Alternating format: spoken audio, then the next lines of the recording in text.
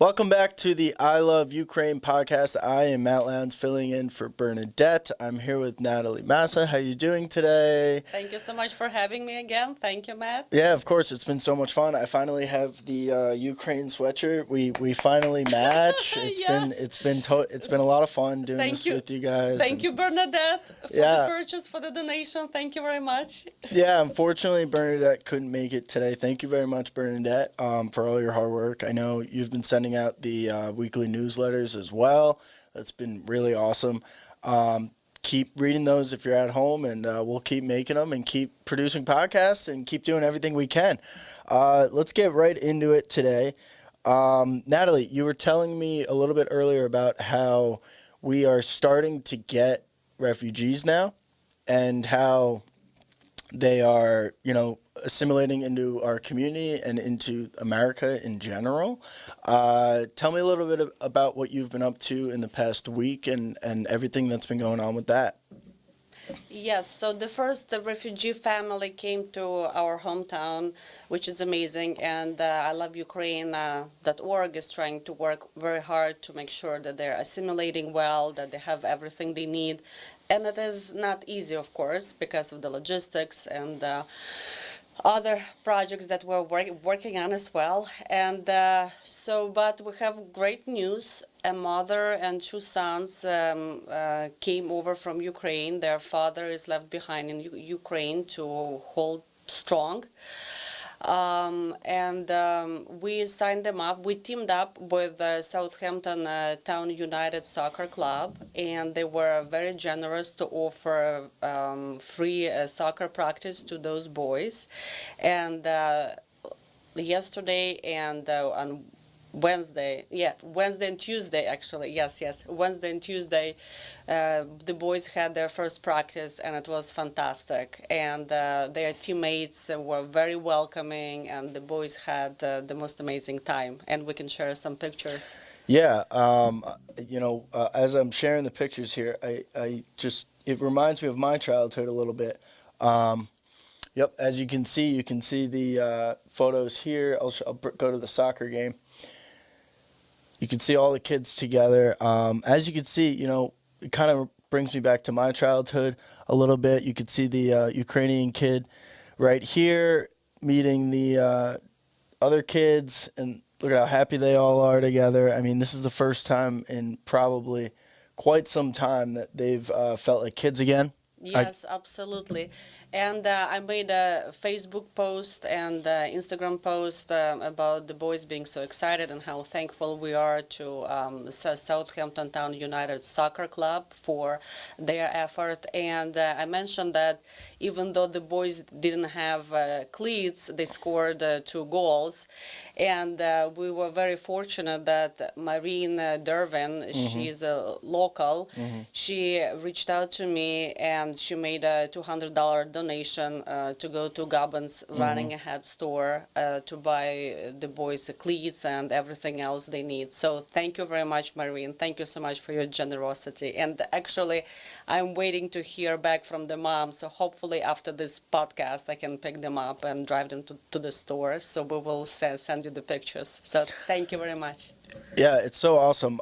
Sports has a way. I'm very into sports, grew up playing sports, and it has a way of bringing people together of all cultures. Soccer in itself is a language.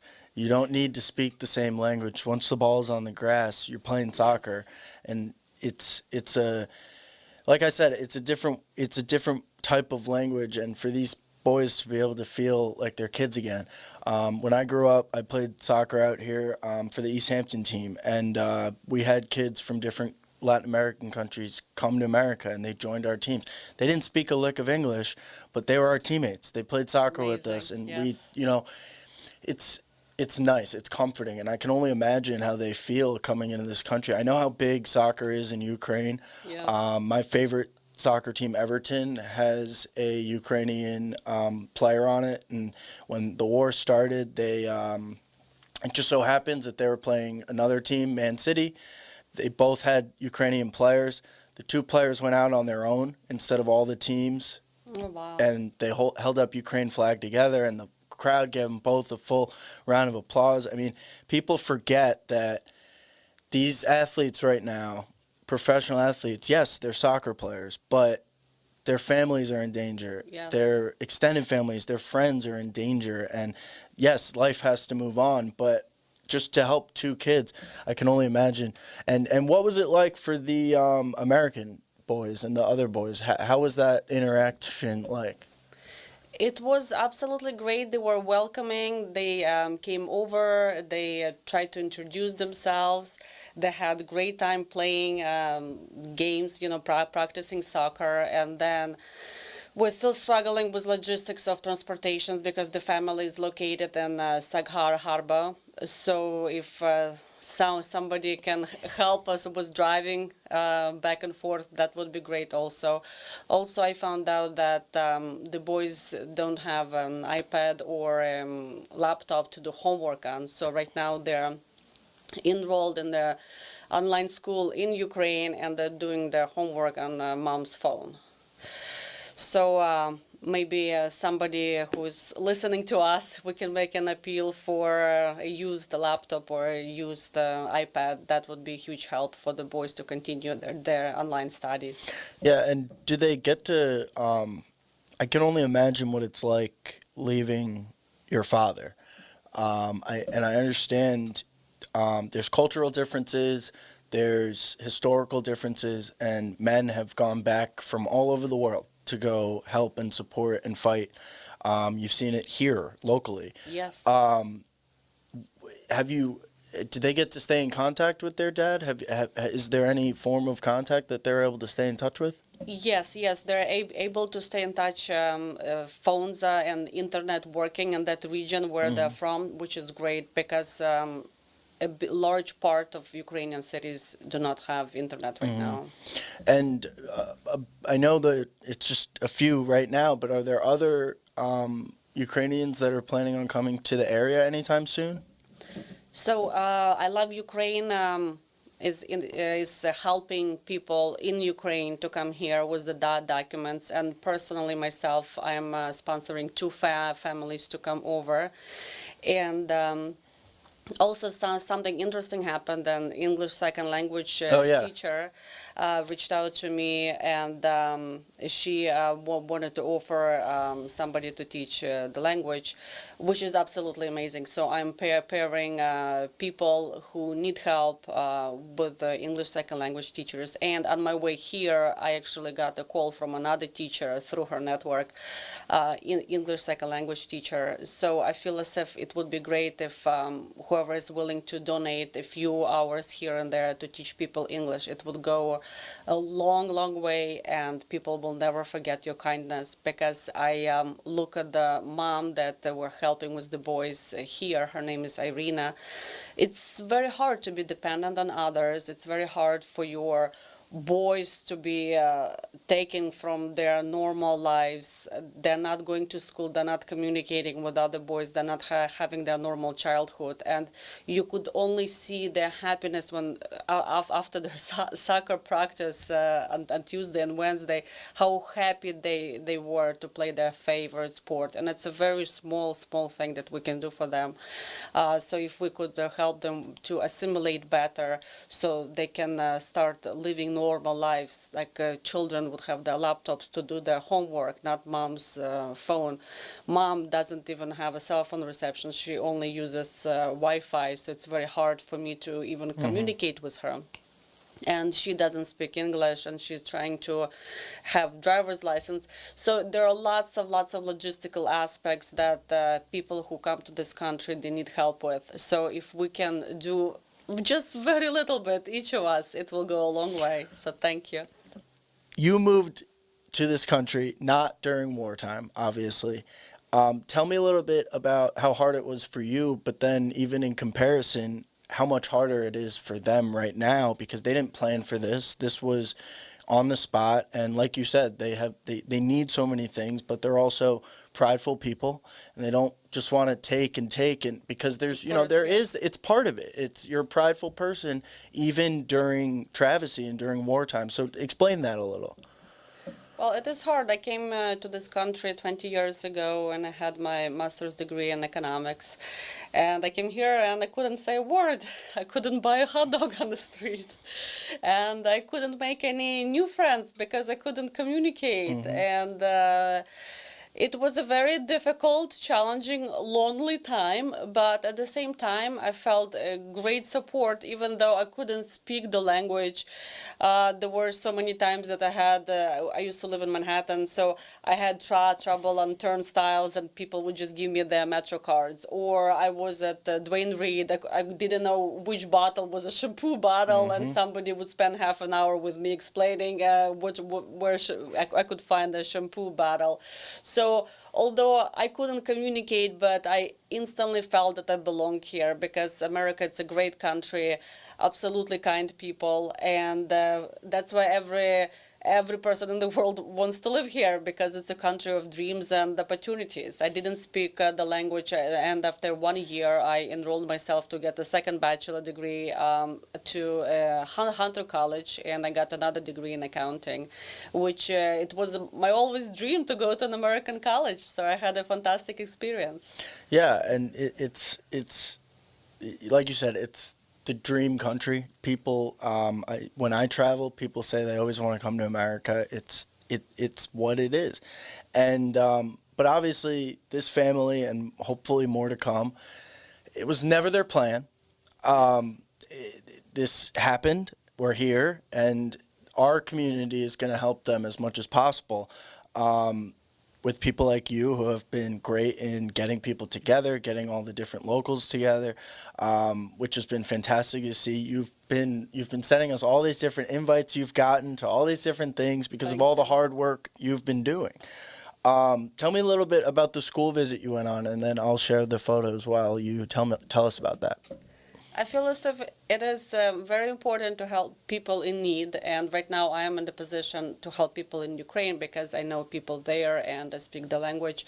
But I also feel it is equally important to raise awareness with our kids to make sure that our new generation becomes a generation of kind and responsible adults in the future. And I always enjoyed and always wanted to work with children. I never had a chance to work with children because I used to work in finance for 15 years. And I took this opportunity as an opportunity for me to go to schools and to talk about different projects and to talk about the war and democracy and to educate people a little bit about life in Soviet Union and what happened after Soviet Union collapsed and why people are standing up for their rights right now. And yesterday I went to the Southampton high school to it's called the Key Club, which is a community club. And I never went to high school here, and I was just blown away. It's fantastic room, amazing kids, doing good work, very proud of their work. It's just fantastic. I was very, very touched. We talked about different subjects, and the members of the Key Club would like to continue the donations drive that is still ongoing, and please help us if you can. Right now we especially need dry food because people that got relocated from eastern Ukraine coming back because they're running out of money and they want to be home. They don't want to live in a basement or in a school somewhere where all people live right now that left their houses. So they're coming back and there is no water, there is no electricity, no means to cook.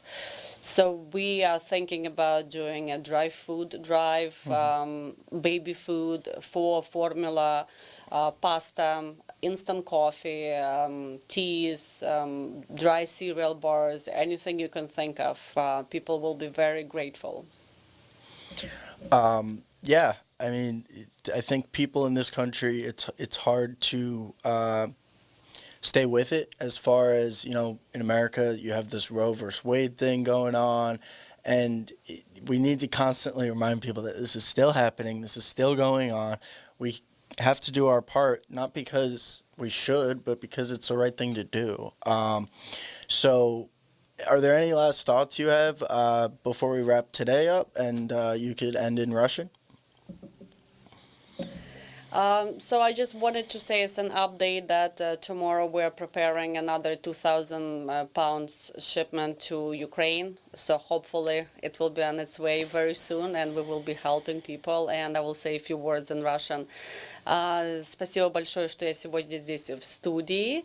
И мы говорили с Мэтью о том, что к нам приехала первая семья из Украины, из Тернопольской области, мама с 2 мальчиками, и наша компания iLoveUkraine.org им помогает устроиться здесь, чтобы они себя чувствовали не так одиноко, не так скучали за родиной, за отцом, который остался на Украине.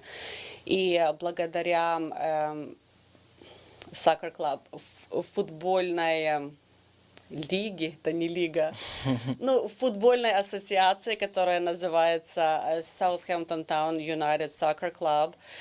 Их взяли практиковаться с американскими мальчишками, и мы показывали фотографии, где их принимали в команду. Было очень трогательно, и мальчишки очень были довольны.